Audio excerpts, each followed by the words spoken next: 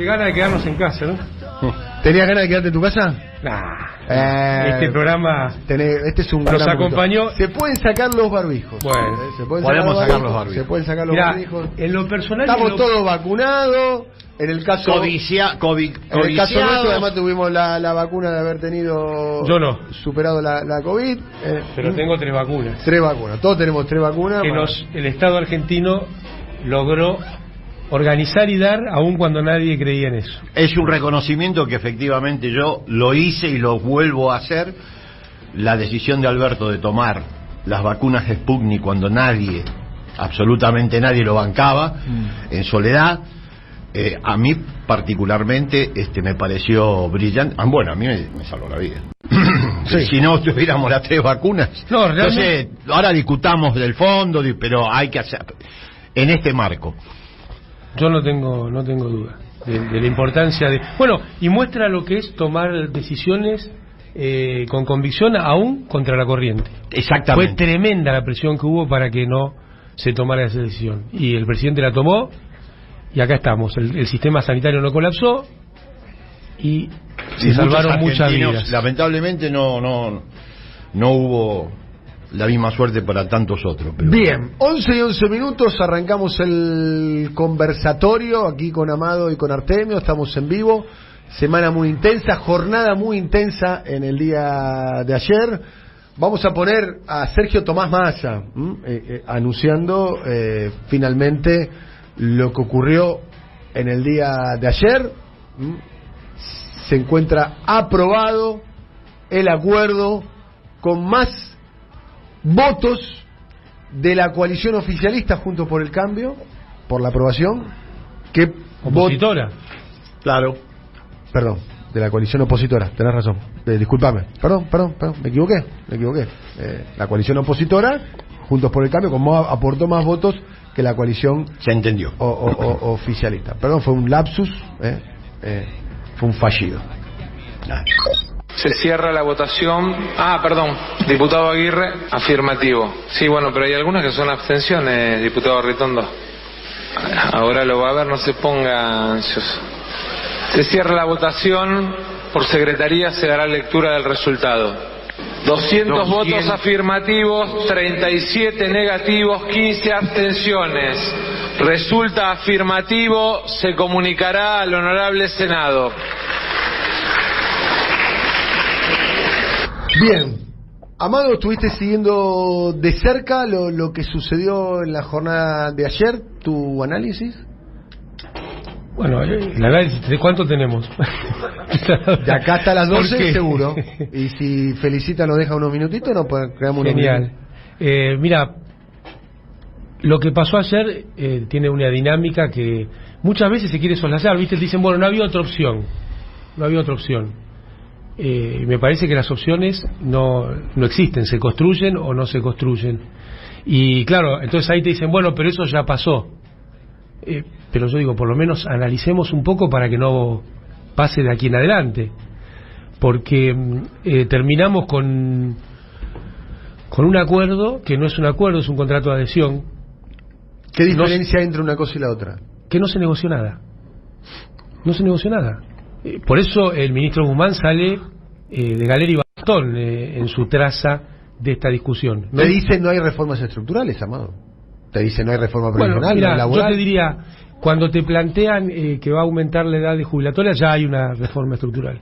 Y cuando te plantean la cuestión fiscal, encierra implícitamente algunas reformas estructurales que lo vamos a ir viendo lamentablemente en los días que vienen. Salvo que llame Peckerman. ¿Salvo qué? Que llame Peckerman. ¿Qué quiere decir salvo que llame Peckerman? Salvo que el gobierno esté dispuesto a hacer las otras reformas estructurales, aumentar los tributos a los que realmente tienen que contribuir y tienen que pagar lo que se llevaron. Esa sería la única manera de convertir este acuerdo en virtuoso. Artemio, vos que estuviste observando el debate de ayer, un debate, si uno piensa lo que se estaba definiendo en el día de ayer, que era algo que como mínimo va a tener una implicancia gravitante por los próximos 12 años y medio de la Argentina hasta el año 2034, el debate no fue muy acalorado. No. Casi no se lo mencionó Macri, pareciera ser que había un acuerdo ahí, o implícito, en el sentido de, a ver, pareciera ser, ojo que si lo mencionan a Macri, nosotros lo levantamos, nos vamos y se cae el acuerdo. Pareciera ser que esa fue como una medida, y explícito en el sentido de que se cayó el artículo número 2, donde estaban las especificaciones, y había un pequeño parrafito, un poco difuso, hay que decirlo, donde hablaba de la responsabilidad del macrismo en términos judiciales. Sí. Bueno, no, yo tengo una posición con respecto a la cuestión más política que económica. Acá está Amado, no me voy a meter en ese tema, pero la perspectiva de quiebre eventual de una coalición de las características del Frente de Todos se ha vivido ya. No somos tan originales nosotros, efectivamente tenemos experiencia y evidencia ya suficiente, que termina siendo muy perjudicial, en particular para los sectores más dinámicos, que ayer mostraron una disconformidad importante con respecto al tipo de acuerdo, y que finalmente se consolida los sectores más conservadores al interior de la coalición, y la derecha y ultraderecha finalmente termina siendo una opción mayoritaria para el conjunto de la ciudadanía. Por eso yo creo que más allá de la discusión económica, que es muy válida, yo creo que efectivamente la oposición de un sector de los diputados al acuerdo abre la perspectiva de buscar nuevos equilibrios en una coalición que efectivamente lo requiere. No podemos pretender que el tipo de equilibrio que llegó hasta este momento y produjo este efecto sea el que se perpetúe en el tiempo. Hay que cambiarlo. Los que tienen voces disidentes tienen que estar incorporados al sistema de decisiones sí o sí, porque si no, no funciona esto. Ahora, preservar la unidad, porque la alternativa, no porque se me ocurra a mí, lo que ha mostrado la evidencia es que es una alternativa conservadora de derecha, dura, muy complicada. Bien, yo traigo el recuerdo, lo hablábamos temprano con Eve, para mí, en mi pequeño aporte con mi capacidad de observación, que quiero reconocer es bastante limitada, pero para mí hay algo, hay un spray de la historia, de la historia parecido a la discusión que se dio en el año 87, después de los episodios de Semana Santa, cuando hay un intento de golpe militar, y Alfonsín va a Campo de Mayo, vuelve, dice la casa está en orden, héroe de Malvinas, sí. Había una masa crítica ahí que se había movilizado, manda a la gente a la casa, y después se impulsa una ley que establecía el nivel de responsabilidades en la represión, que es la ley de obediencia debida, y en aquel momento, yo tenía 17 años, digamos, después me puse a leer en estos días para reconstruir el clima de época, en aquel momento el discurso era, no había otro camino, era eso o el golpe.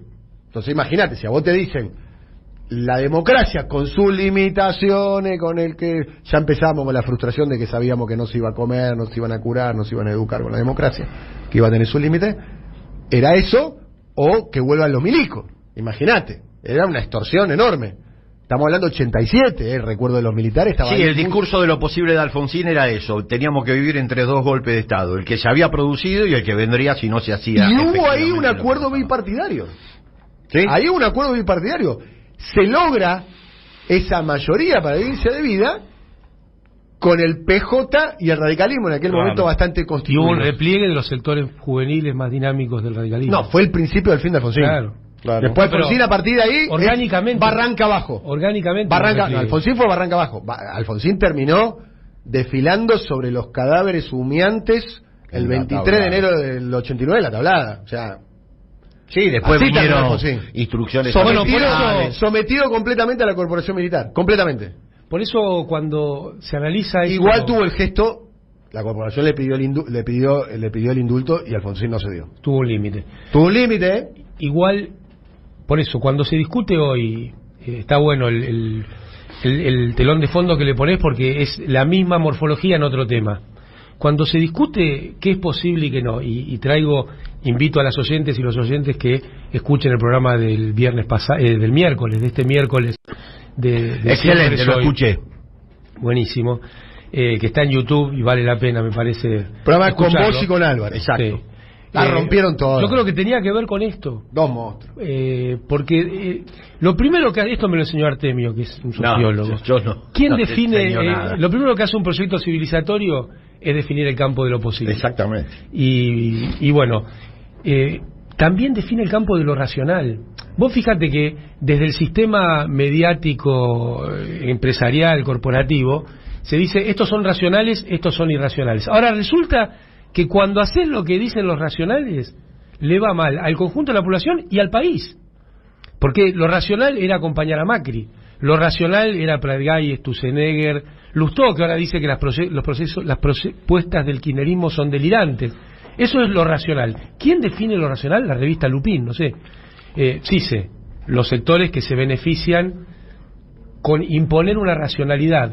Porque acá lo racional sería hacer un shock distributivo, lo racional sería poner en marcha el crédito en pesos para la producción en el mercado interno, lo racional sería asignar cada vez más fondos al presupuesto público a las jubiladas y jubilados, lo racional sería sostener un proceso de obra pública creciente porque hace falta infraestructura en Argentina. Entonces, lo racional sería tener subsidios a las tarifas que permitan que las tarifas sean a la vez de acceso universal y fuente de productividad y de competitividad del entramado productivo argentino. Entonces, vos fíjate que en la definición de lo racional o lo irracional no es una cuestión abstracta y objetiva, es una cuestión subjetiva, pero se política. construye un sentido común. Claro, pero es el sentido de la clase dominante permeando por todos los aparatos posibles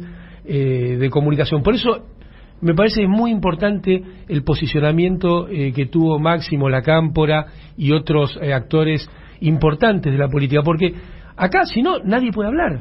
Totalmente. Bueno, porque eso efectivamente es el empobrecimiento de esta estructura de equilibrios internos de la actual coalición. Hay que cambiarla.